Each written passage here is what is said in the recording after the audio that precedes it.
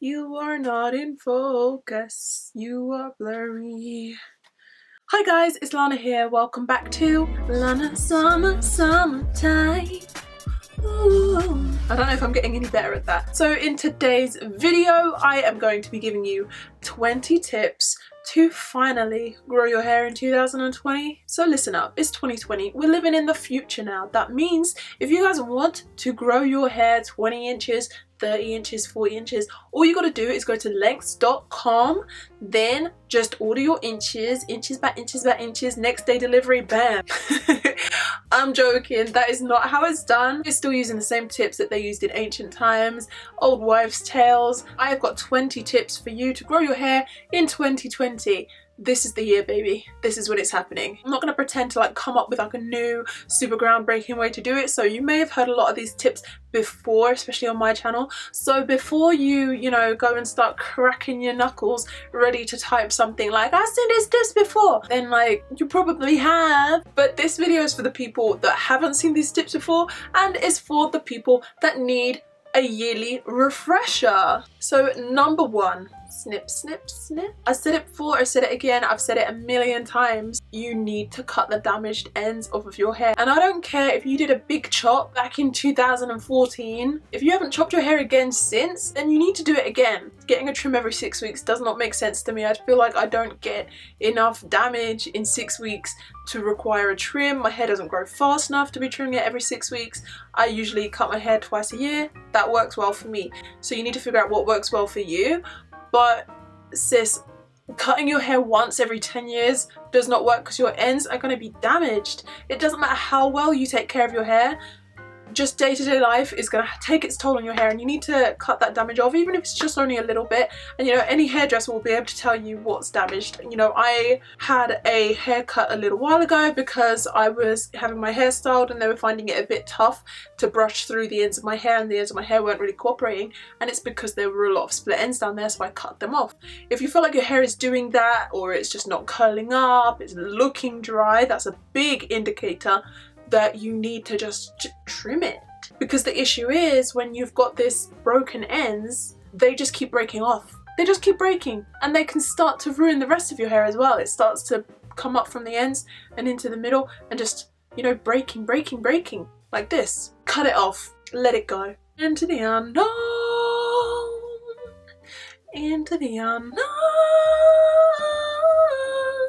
Something like that. Number two is to use a hair growth oil. I have been using a hair growth oil for my scalp because I noticed that I have had a bit of thinning around here from where I've been doing so many sleek hairstyles this year, like 2019. To get your hair to be sleek, you need tension, so you need to actually pull it really tight, and it kind of wrecked my edges a little bit. I snatched my own edges with that. Also, I saw BTS twice in concert, so that didn't help. Edges. So I've been using a specific hair oil serum mix thing, which is designed for hair growth. I've got very positive feelings about how this is going to work. So if you are also in the same boat as me, then why not try out a hair growth serum? Number three, massage your scalp. So because I'm specifically trying to grow this area of my hair, I am massaging my scalp every single night with that hair oil. It's kind of become part of my nighttime skin routine. I do my face and then I do this section. You can do it whenever. Literally just massage your scalp. Get somebody to help you. Get a loved one to do it. Sit there, massage your scalp. Get a scalp massager, or get one of those vibrating ones that you can use in the shower. It works really well if you combine it with your shampoo, because those vibrating ones will help the shampoo to lather up. It will help to lift any dirt off of your scalp, whilst at the same time stimulating your scalp, which is helping the blood come to your scalp, and the blood is carrying the nutrients. So more blood to your scalp, more nutrients to your scalp, more nutrients in the hair follicles, more nutrients in the hair, longer hair. Thank you for coming to my TED Talk. Tip number four, whilst we're on the subject of shampooing, it's 2020. Are you using sulfate-free shampoos yet? And this is an interesting one actually, because we went through a phase where everyone was like sulfate-free, sulfate-free, sulfate-free, and then everyone kind of stopped caring a bit. I was one of them. I was like, I couldn't be bothered. I was just using what was there, and I was like, it doesn't make that much of a difference. I was wrong. It does make a difference. My hair was dry, my hair was not cooperating with me, and I had a lot of damage at the ends, and I had to cut a lot off. Those sulfates are drying out your hair. They're stripping your hair. Sulfates like sodium lauryl sulfate, that's the same thing that's in dishwashing liquid. And they tell you not to use dishwashing liquid on your hands because it's too drying. So why are we using the same ingredients on our hair? Make it make sense. Number 5, use a silicone-free conditioner. This goes hand in hand with the shampoo. If you're going to be using a sulfate-free shampoo, then you gotta use a silicone-free conditioner. Why?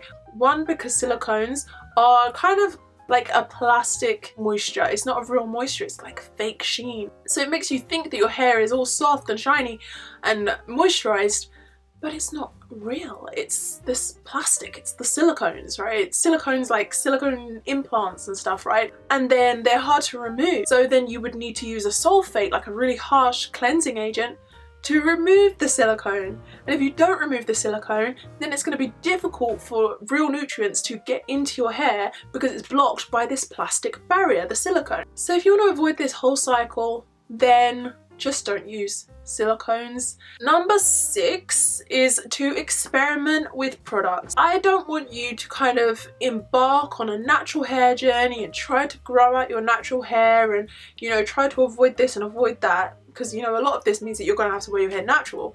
And I don't want you to embark on that journey without knowing how to style your hair and without knowing what products work for you.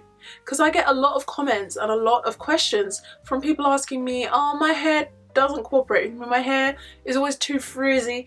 But I don't like gels because it makes my hair hard and I don't know what to do, so I've just gone back to straightening it.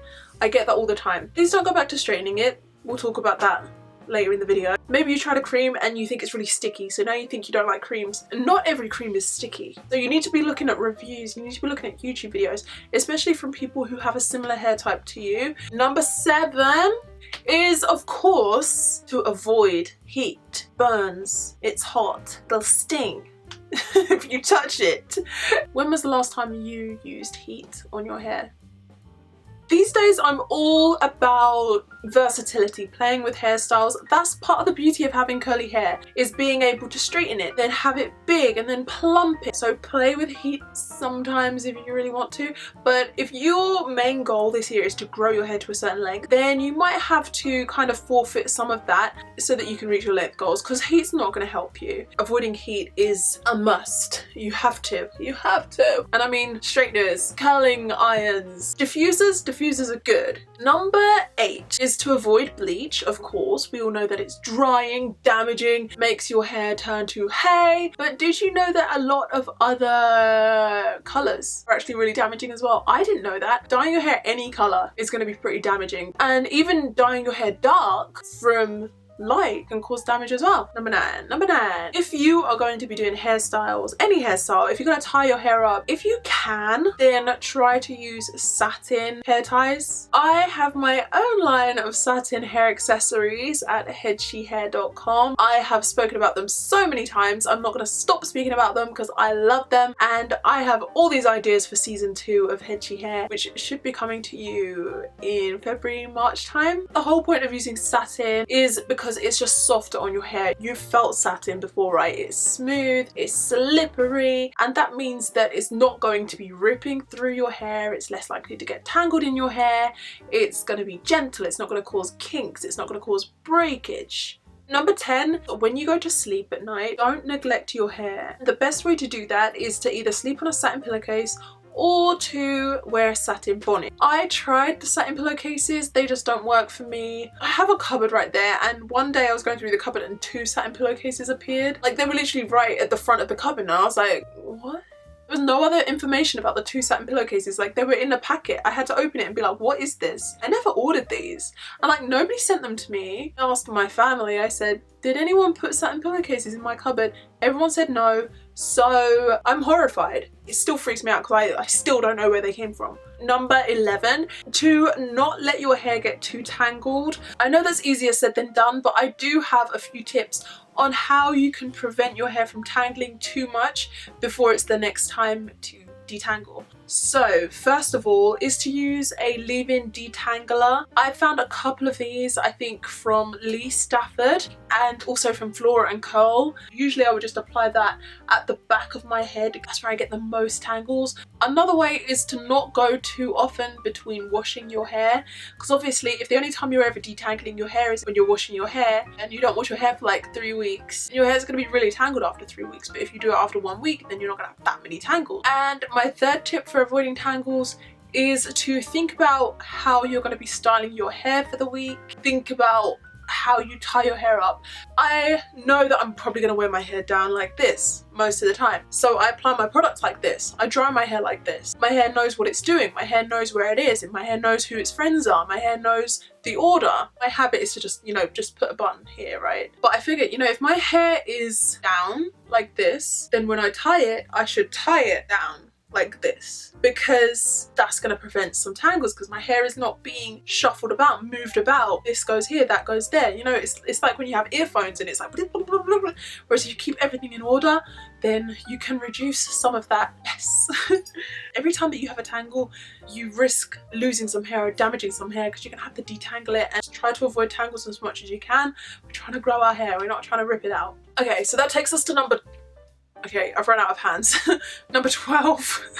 12 is to find a detangling method that works for you. I use everything. I finger detangle, and then I go in with a wide tooth comb, and then I have a brush that I use. It's the Tangle Teaser Splash. There's been a lot of like trends for detangling, but not everybody likes it.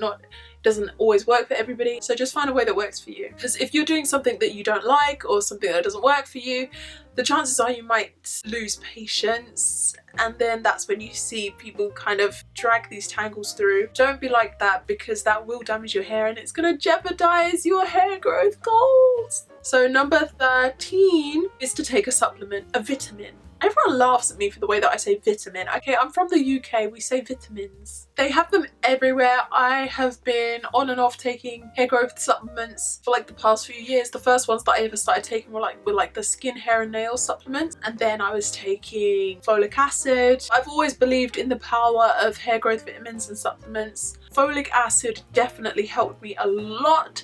Number 14, don't hate me for this one. Eat healthy and drink a lot of water. I eat healthy the majority of the time, and I drink a ton of water. I drink so much water. A lot of fruits and vegetables, and as long as you're eating a rich, colourful diet, you should be getting enough nutrients that you need. Number 15 is to get enough sleep. I think I say this in every other video that I make. I need a healthy, functioning mind and body. The only way that your body can put all of this nutrients and all of this hard work to use is by you resting up, and then while you're sleeping your body can put everything to work and really help your hair to grow. I feel like I'm not making sense, but that's because I'm so tired.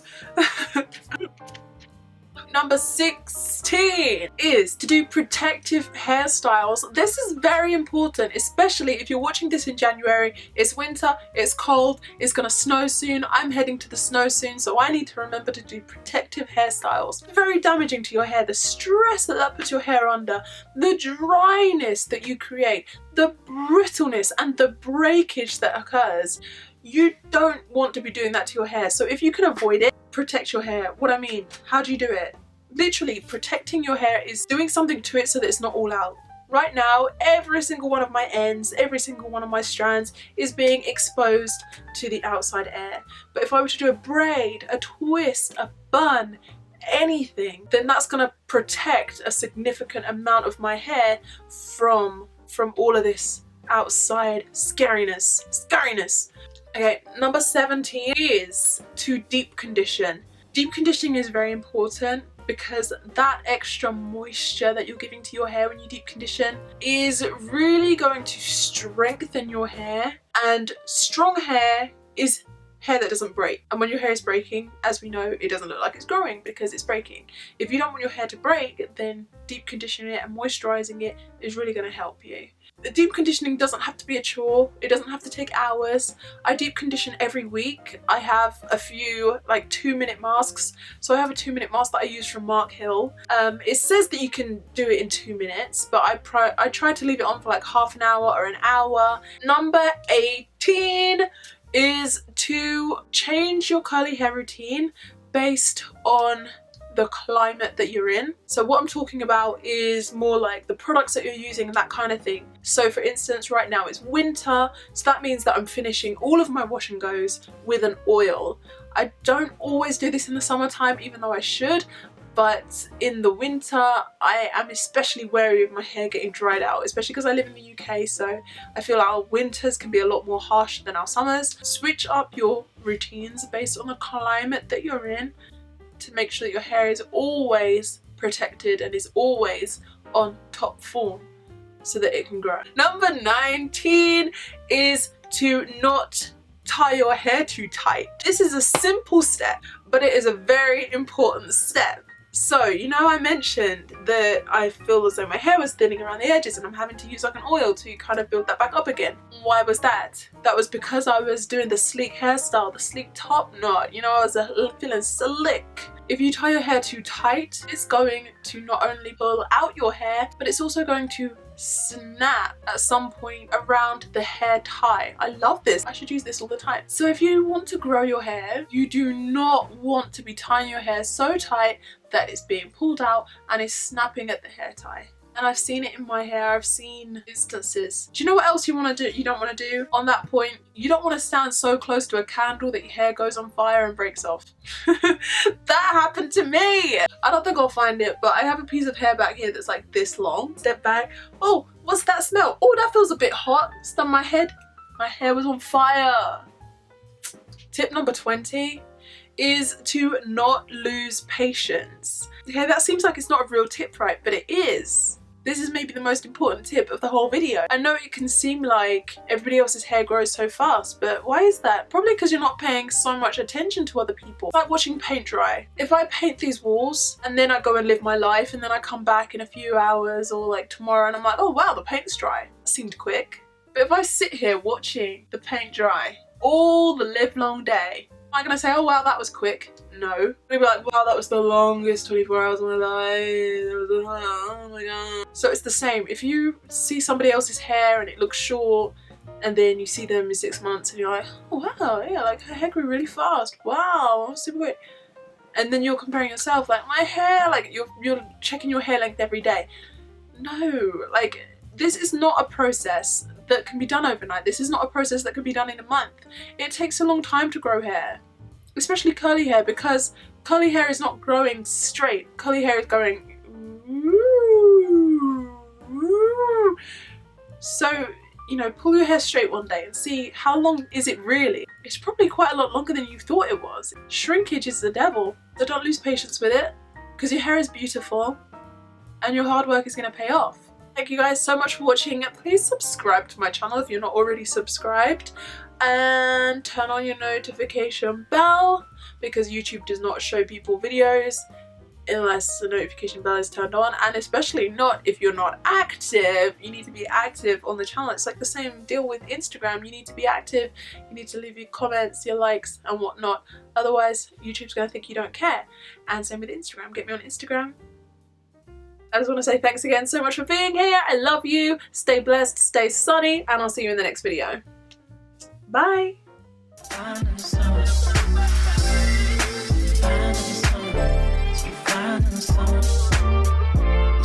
Summertime.